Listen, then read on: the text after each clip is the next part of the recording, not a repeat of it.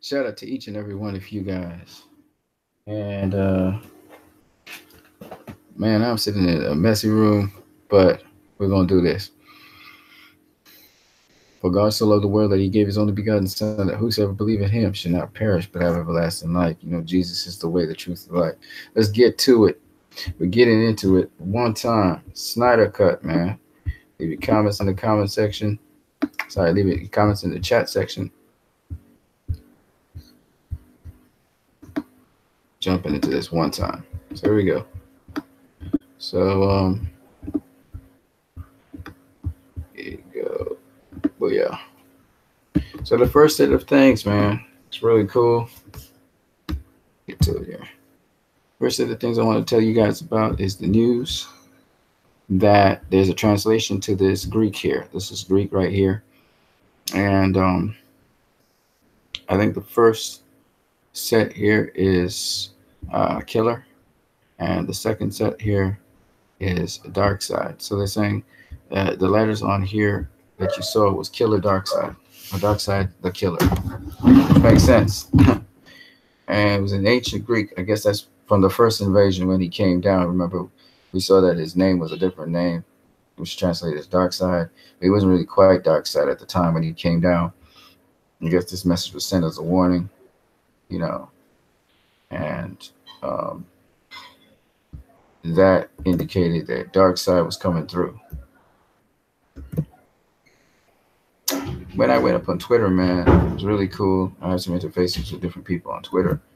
But on Twitter, I saw this, which was really cool, which is some storyboards on the creation of Cyborg, which is really awesome for you guys to take a look at. So let me get to some of the storyboards here real quick, nice and quickly here.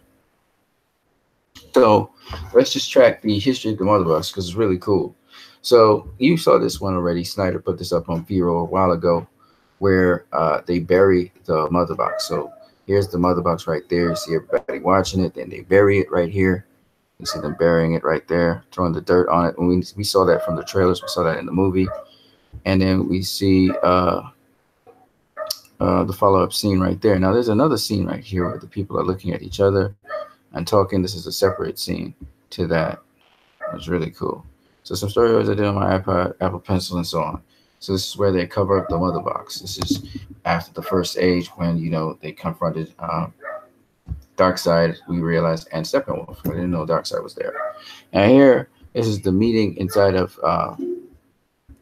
Wayne Aerospace Hangar. So it's really Wayne Aerospace Hangar. It wasn't underground in Wayne in the cave. It wasn't in the cave.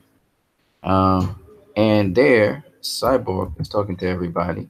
And Cyborg depicts, see Cyborg here. Remember the scene from the deleted scenes where he depicts back in Germany. And there's these people moving out of a truck, and out of the truck comes this pictures and stuff. And then when you open up the box, there's the mother box. See the nasty sign there.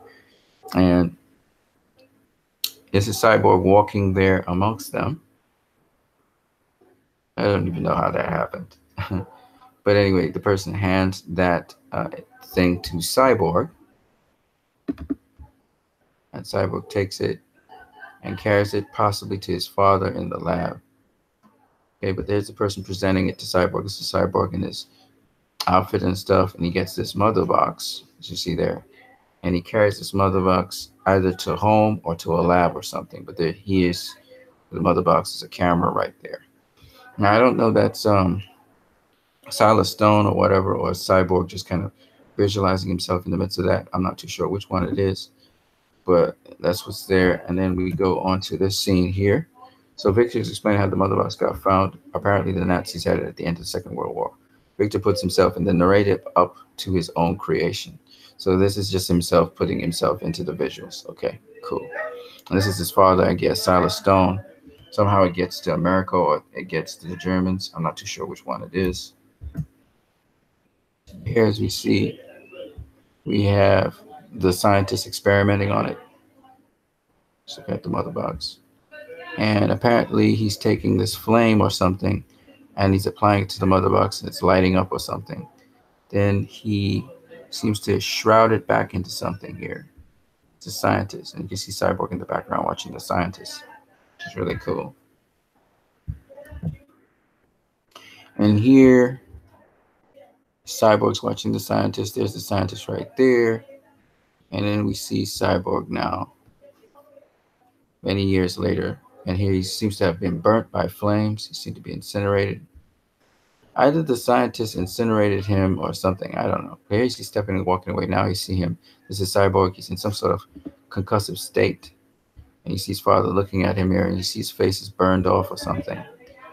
And his father connects the stuff, turns on the mother box, and it lights up. All right, that's what you're seeing there. Here's Cyborg. The mother box comes across the Cyborg like we saw in BVS, lights him up. And here's his father looking at him, and there's Cyborg in the background looking at his father, looking at him clearly.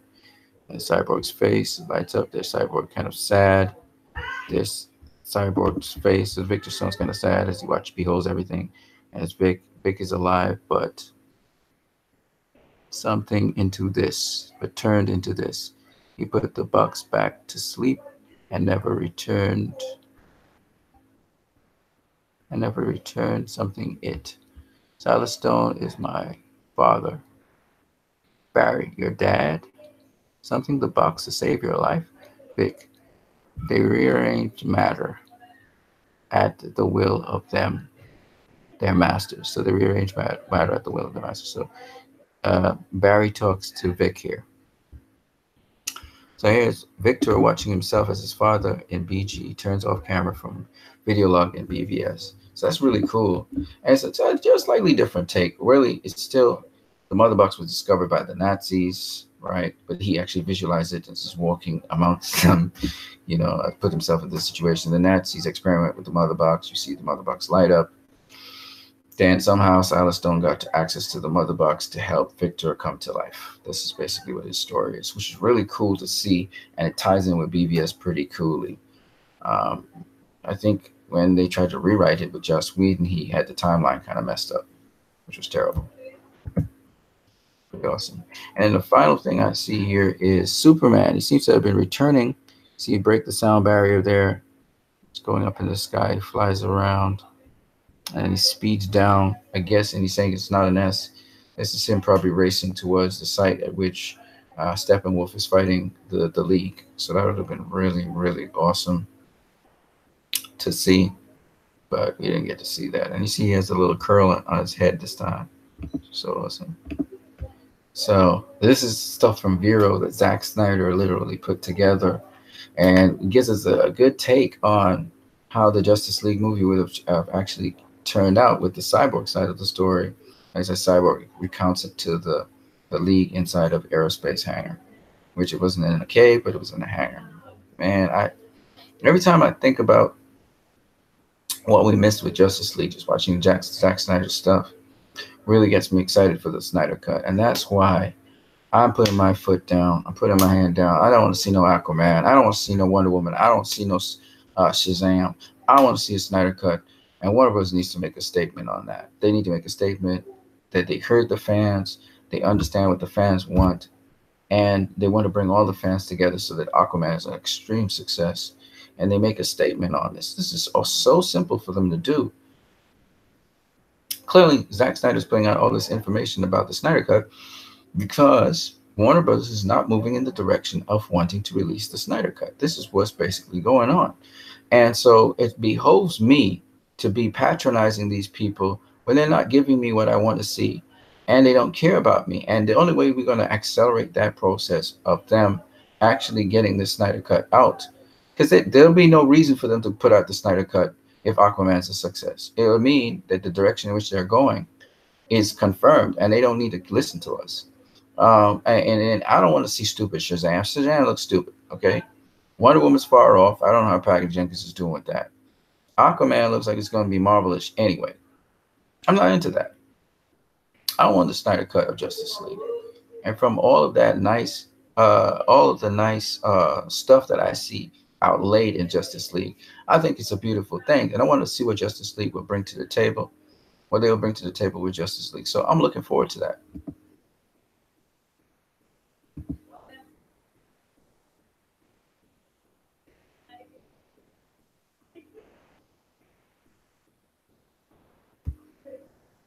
So let's keep this moving here. So I mean, this is way tantalizing than a teaser. And the cool thing about it is, yes, we've seen Justice League, but to the extent that we've seen Justice League in the Snyder Cut, we haven't seen it, man. And so that's what's awesome about it. Even after seeing the storyboards on it and all that other stuff, I'm still excited to see Justice League, the Snyder Cut. And I'm also interested in seeing the Ayer cut of Suicide Squad. These are two, I think, highly anticipated things. And the moment Warner Brothers really speaks on those issues, is the sooner they're going to get the DC universe and DC fans all together, lumped together as one. And you're going to have full DC support for the upcoming movies that they have, which are not really the movies that we really wanted to see in the first place, but we got them. Okay, Aquaman was supposed to be next. Shazam doesn't really look like a killer. It doesn't really look exciting to me. It looks boring, to be honest with you. And Wonder Woman is far off, and I've not been following Wonder Woman at all, to be honest with you. So if you want as many people as possible online with you, Warner Brothers, then you need to speak on the Snyder Cut, and in a positive way, seeing that you listen to the Snyder Cut fans, and you want to let them have a good experience. Now, I heard that Aquaman is tracking at about 100 million. That's what somebody said. So the likelihood of them actually listening to us is getting more and more remote. And so that's why I put my foot down. I don't really care about seeing another DC movie because they don't really want to cater to us, a fan like myself. And while they had me for Man of Steel and they had me for BVS, and they even had me for Wonder Woman, even though Wonder Woman sort of veered off the course, they don't really want to make movies for people like myself. So if you guys want to suck on stuff and you want to go see Aquaman, you want to go see whatever, sure, by all means do so. I'm not interested in those movies right now. I'm interested in the movie that Zack Snyder was going to present, which is Justice League. I'm not interested in anything else. I'm zero focused in and dialing on that. And every little piece of information I get online, I'm going to enjoy it because that's what I'm going to focus on. I'm not focused on any of those other movies. But the moment Warner Brothers makes a statement on Justice League, speaking about how they've heard the fans and they really want to somehow bring to the table and produce a film which all the fans can enjoy, which would be just Snyder Cut and Ayer Cut, that they would like to bring that to the table. But they don't have to specify a time. They don't have to specify a time or anything. All they have to do is show that they have heard the fans and they're interested in trying to satisfy those fans' requests. That's all they have to do. It's a really simple statement. And if they do that, they will get me watching Aquaman as soon as they say that. I won't see it day one. I'll wait people to go storm it, watch it, and then I'll watch it after. But I can tell you for a fact that folk will go see Aquaman. Folk will go see Shazam. Folk will go give Shazam a chance. Folk will go see Wonder Woman. I may not see Shazam multiple times, right? I may not even see Aquaman multiple times. It depends. But folk will go see it. And you want butts in seats, Warner Brothers. That's what you want. At the end of the day, that's what you want. You want the most amount of butts in seats. So if you really want to get my money, you're going to have to speak on the Snyder Cut because that's what interests me. Nothing else interests me. The Aquaman footage doesn't interest me. The Wonder Woman footage doesn't interest me. The Shazam footage doesn't interest me. Yes, Aquaman got me a little excited for it, but I'm not as interested in that as I'm interested in the Snyder Cut. So if you guys really want to get my interest and get me moving in that direction, then you've got to get me. Just tell me something about the Snyder Cut. Tell me that you're interested in seeing it being made. Tell me that you're working towards that, and you got me. And I'll play along with you for a bit, But if you're lying to me, then you know what's up. Shout out to everybody out there. I didn't know all of you guys was out there. David Jr. Tolson, shout out to you. DJ Lost and Found, shout out to you. W. Mir, shout out to you. So we're going to talk to you guys right now. Let me do the necessary here. Come out of this and see what you guys are saying because I just realized you guys are out there.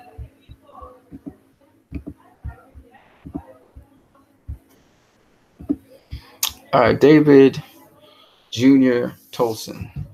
Do you think Darkseid would have had an arc, considering he was supposed to appear multiple times in the film? I think he would have been more than a glorified cameo. I don't know how much of an arc he would have had, because I think he would have had some kind of story, because he would have been in the beginning. We already knew, Zack Snyder already shared that he would have been in the beginning in the invasion sequence. He would have been there. So it wasn't just Steppenwolf. It would have been Steppenwolf and him would have been there in that invasion, that early invasion. And that's why we saw the picture with him, Killer Darkseid. We see that where Diana sees that in the ancient, on the walls of a building, right? Ancient Greek is it's written in. So yeah, no doubt he would have had some kind of arc in the movie, not too much to overwhelm, but just enough to tease him for probably part two or whatever they were planning ahead in store. DJ Lost and Found says, "Hey bro, just stopped by to say what's up. Can't stay. We'll watch the video later. Shout out to you, bro." David Jr. Tolson says, comparing this to Marvel, I think the closest similarity is Thanos in Guardians of the Galaxy. He appears twice in that movie and didn't have an arc. I think in this case, they would have teased Darkseid but had an arc for him. So you would have had some kind of origin with reference to the invasion of him. So, and of course, we would have learned about the anti-life equation and those kinds of things. So it would have been really cool. It would be much more detailed. I don't think this is a Thanos equivalent at all. W. Mir, King Atlant says, W. Mir, in this Snyder Cut resides the power of the DCU. In the wrong hands, Whedon, it would bring destruction, but in the hands of the true director, it would unite all DC fandoms above and below. Yeah, absolutely, brother. Absolutely. David R. Tolson says, my hope is that if the Ayer cut exists and the Snyder Cut of Justice League will give more weight to Suicide Squad. I don't know. All I know is I don't understand why Warner Brothers would do cuts of movies where they just simply diluted down what the directors were trying to do.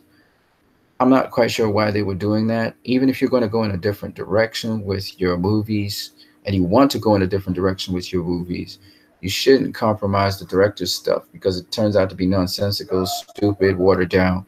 You could still have Aquaman. And the thing about it would have been the universe would have had different feels from different directors if you just let the directors express themselves. I'm not even sure if James Wan's expression of Aquaman is fully his. I don't know. I'm hoping so, and this is the kind of thing that I am not cool with, So thanks for your responses, David R. Tolson and W. Mir and DJ Lost and Found. It was nice having you guys talk about this. Right now I'm on Twitter and I'm looking at different responses in real time. It's really from a Twitter feed. I actually saw this stuff. So,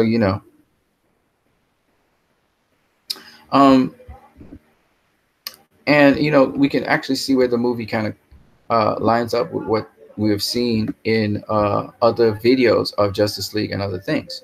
So we see where it all lines up here and how different things work out in different places.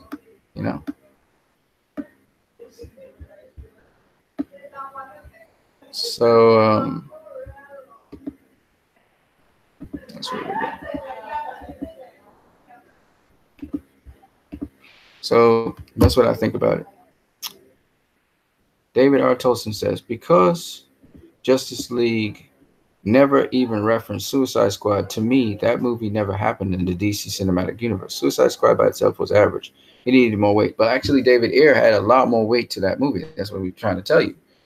There was a lot more footage of Joker in the movie. There was a lot more story to it.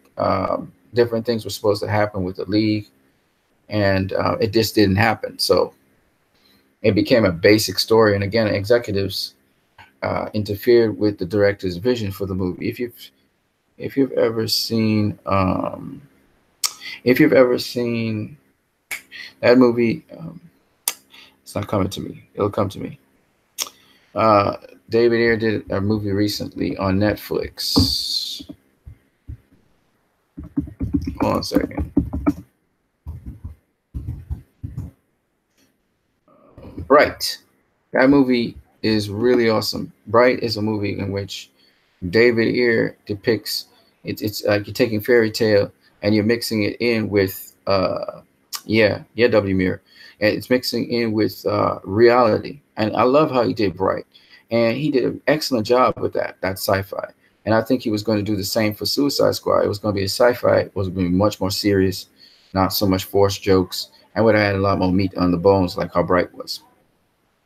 WB, you saw that poll where WB asked the fans, "What's your favorite Batman villain?" and all responses were WB themselves. Yeah. I actually seconded. Yeah, yeah, I did WB. Yeah, WB has been doing a lot of stupid things. They have Walter Hamada there, and of course they have the other guy. I forgot what his name is right now. Um, Walter Hamada is trying to clean up the mess that's in WB, but I think Walter Hamada also needs to make a statement on the Snyder Cut, and it's time dependent. I think it's time for us as fans to be vocal and actually put our money where our mouth is. I think we as fans shouldn't put up with WB punking us like that. I think we're getting punked, to be honest with you. Like they're saying, it don't matter. We're gonna show you the next best movie, which is Aquaman, and they just like distract you, and you're not focused. If you're not focused on what it is you're really fighting for, they're just gonna punk you and move you on, and you're gonna end up with no Justice League Snyder Cut, no Ayer cut. It's just gonna be talk, and it's just gonna die off. So that's why I took the stand that I took. I said, you know what, I am buying your movies, and if you don't want to deliver on the stuff that I definitely want to see, why should I watch your movies? And I think that's the right way to go. You're talking about patronizing Aquaman. I'm not gonna patronize Aquaman. No, I don't want to see Aquaman right now. I want to see the Snyder Cut. Now, if you satisfy me with the Snyder Cut, I'll go see Aquaman, but it's not an urgent thing for me. I'm not dying to see Aquaman. You know what I mean? I'm not. Honestly, I'm not. That's not my thing. And you don't need to have me as a fan.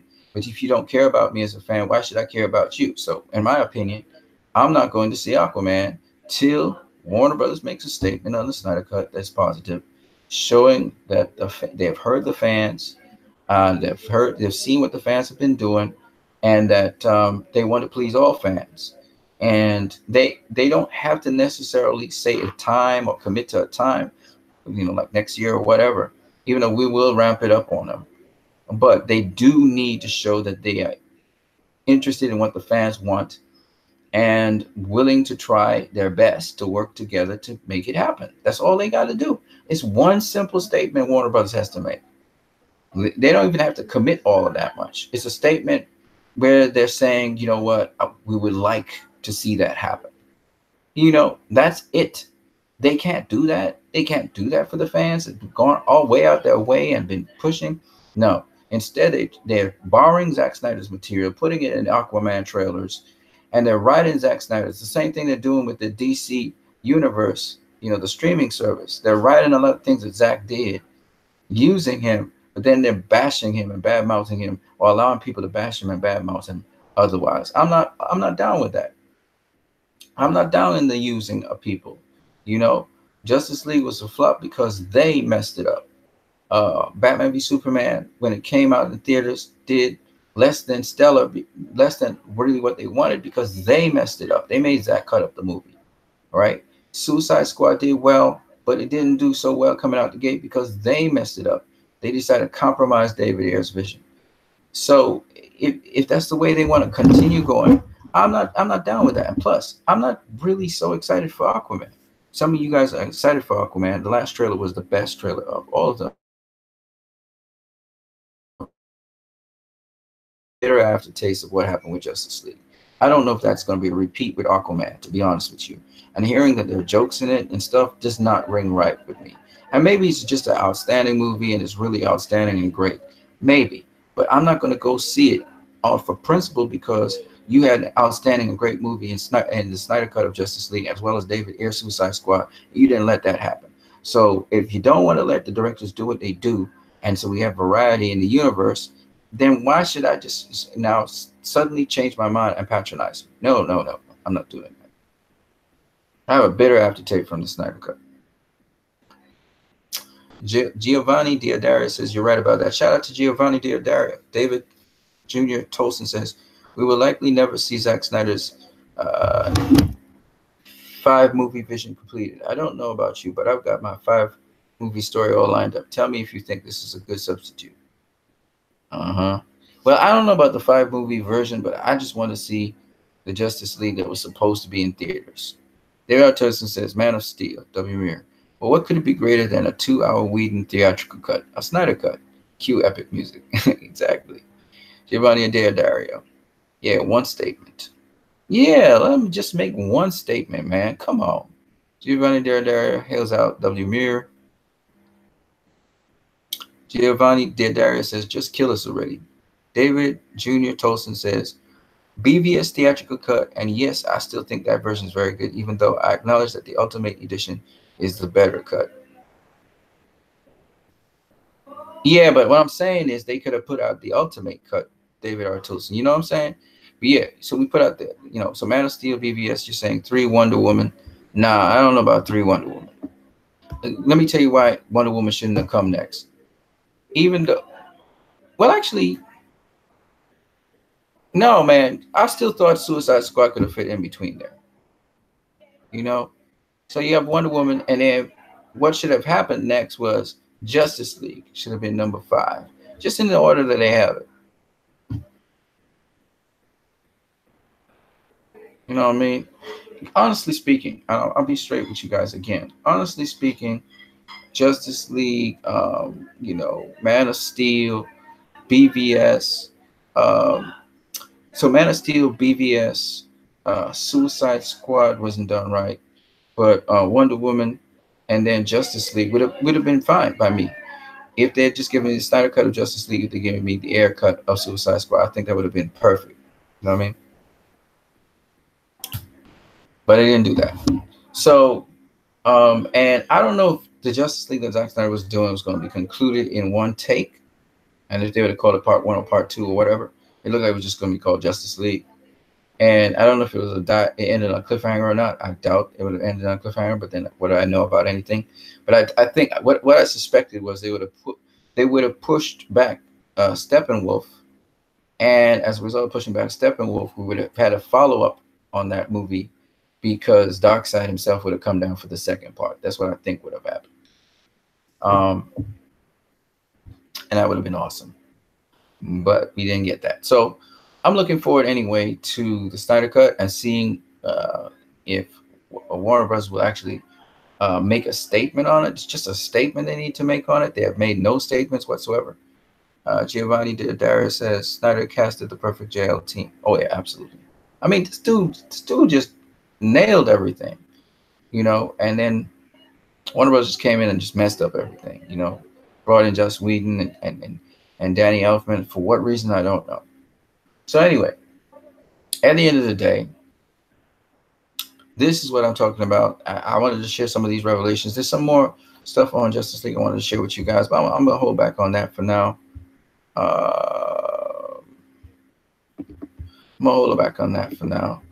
But this is just some of the reasons why I can't just let go and just let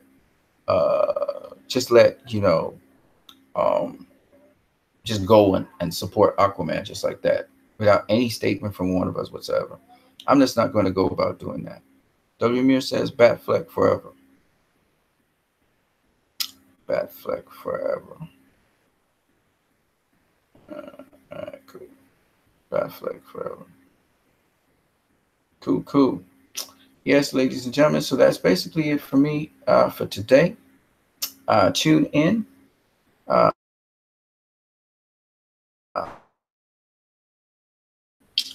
Another song here. I gotta still read my Bible. I haven't read my Bible and prayed. I've just been in this room though, chilling for a while, just resting up on stuff. Oh, my computer looks like it seized up. Okay, it didn't seize up. Cool. Get rid of some of these things.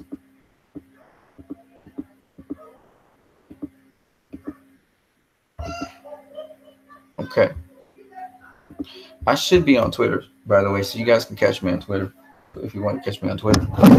But I'm looking right now at this corner right here. Hold on a second.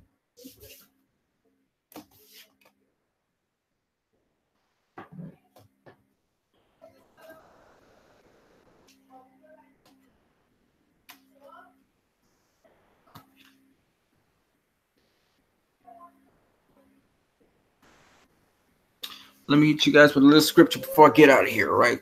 Because that's just what I like to do. So I already did Psalms 9. We're gonna hit you with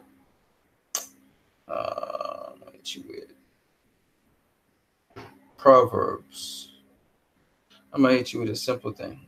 Through desire, man, having separated himself, seeks and intermeddles with all wisdom. A fool has no delight in understanding, but that his heart may discover itself. Truly, truly, man. Truly, this is true. So what you find is that if you're seeking after wisdom, man, if you're seeking after wisdom, you're not seeking about yourself. A lot of people want to discover themselves and all of that stuff. No, man, discover that which is greater than you, wisdom. Learn the way of wisdom, how to deal with things, how to deal with people, how to deal with situations, how to deal with uh, um, states of mind and stuff like that. That's really awesome. Here's my Twitter, David R. Tolson. My Twitter is